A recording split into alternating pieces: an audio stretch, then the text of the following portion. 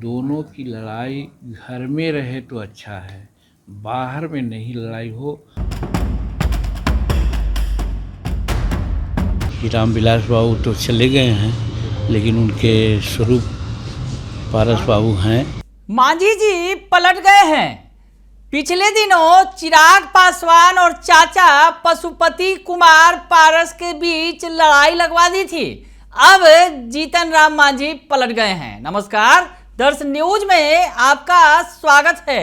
मैं हूं अनुराग। जीतन राम मांझी बिहार के पूर्व मुख्यमंत्री और वर्तमान में केंद्रीय मंत्री जीतन राम मांझी पलट गए हैं। जी हां, बयानों से पलटते रहे हैं, उलटते रहे हैं, शराबबंदी पर अपनी ही सरकार को घेरते रहे हैं, नीतीश कुमार को खूब घेरते रहे हैं। तो ऐसे में जीतन राम मांझी बयानों में पलटते रहे हैं। पिछले दिनों बयान दिया था उन्होंने।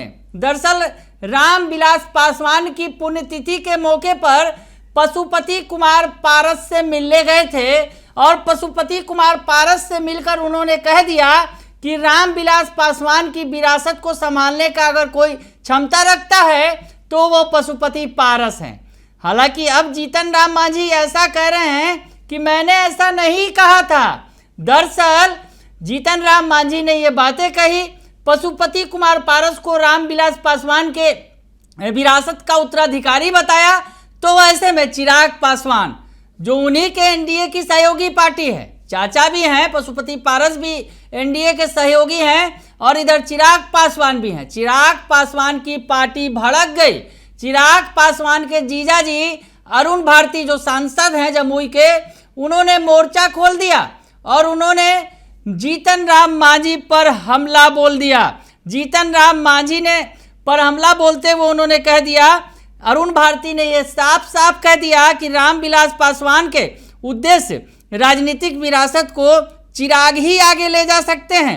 देश में रामविलास के जाने से एक दलित नेता की जो कमी है, चिराग पासवान ही उसे पूरा कर सकते हैं। यानी एनडीए के दो दलों के भीतर, भले ही वो एक चाचा का दल हो, दूसरा भतीजे का दल हो, उनके बीच लड़ाई छिड़ गई। पशुपति कुमार पारस को जीतन राम मांझी ने कहा कि वो विरासत संभालने के योग्य हैं, तो चिराग पासवान की पार्टी पूरी तरह से भड़क गई। पूरा डाटा आंकड़ा दे दिया जीतन राम मांझी को चिराग पासवान के जीजाजी ने। ऐसे में जीतन राम मांझी पलट गए। जीतन राम मांझी ने फिर से आज जो बयान दिया उसमें कह रहे हैं कि मैंने तो ऐसा कहा ही नहीं था।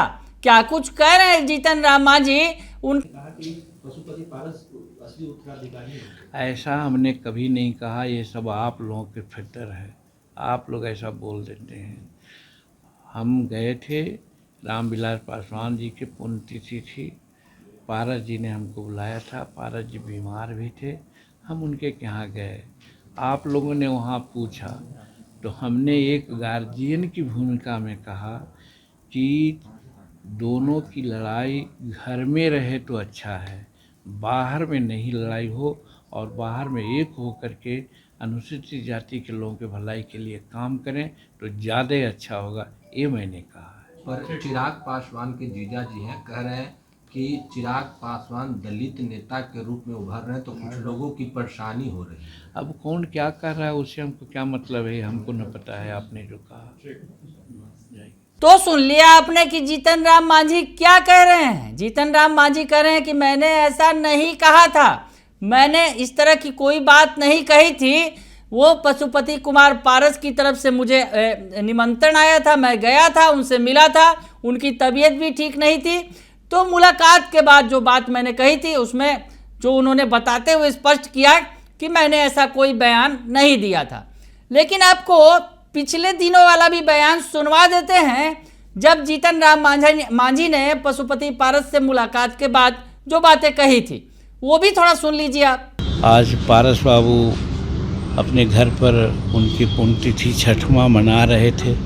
हमको भी सूचना मिली, हम बिहार से आज ही आए हैं और निश्चित है कि रामविलास बाबू के साथ थोड़ा दिन रहने का सानिध्य भी मिला हम लोगों को। उनके विचारों से हम बहुत प्रभावित रहे हैं, इसीलिए आज यहाँ पर आए और आकर के बहुत हम प्रसन्न हैं। खास करके पशुपति पारस बाबू थोड़ा सा अस्वस्थ हैं, लेकिन उनके परिवार बाल बच्चों के साथ मिल कर के बहुत सुखद एहसास हुआ और ऐसा लगा कि रामविलास बाबू तो चले गए हैं, लेकिन उनके स्वरूप पारस बाबू हैं और हम लोगों को आशा है कि पारस बाबू से शायद उनकी जो रिक्ति है उसको हम लोग पूरा कर सके। तो वो भी सुन लिया आपने, जीतन राम मांझी के आज का भी बयान सुन लिया आपने।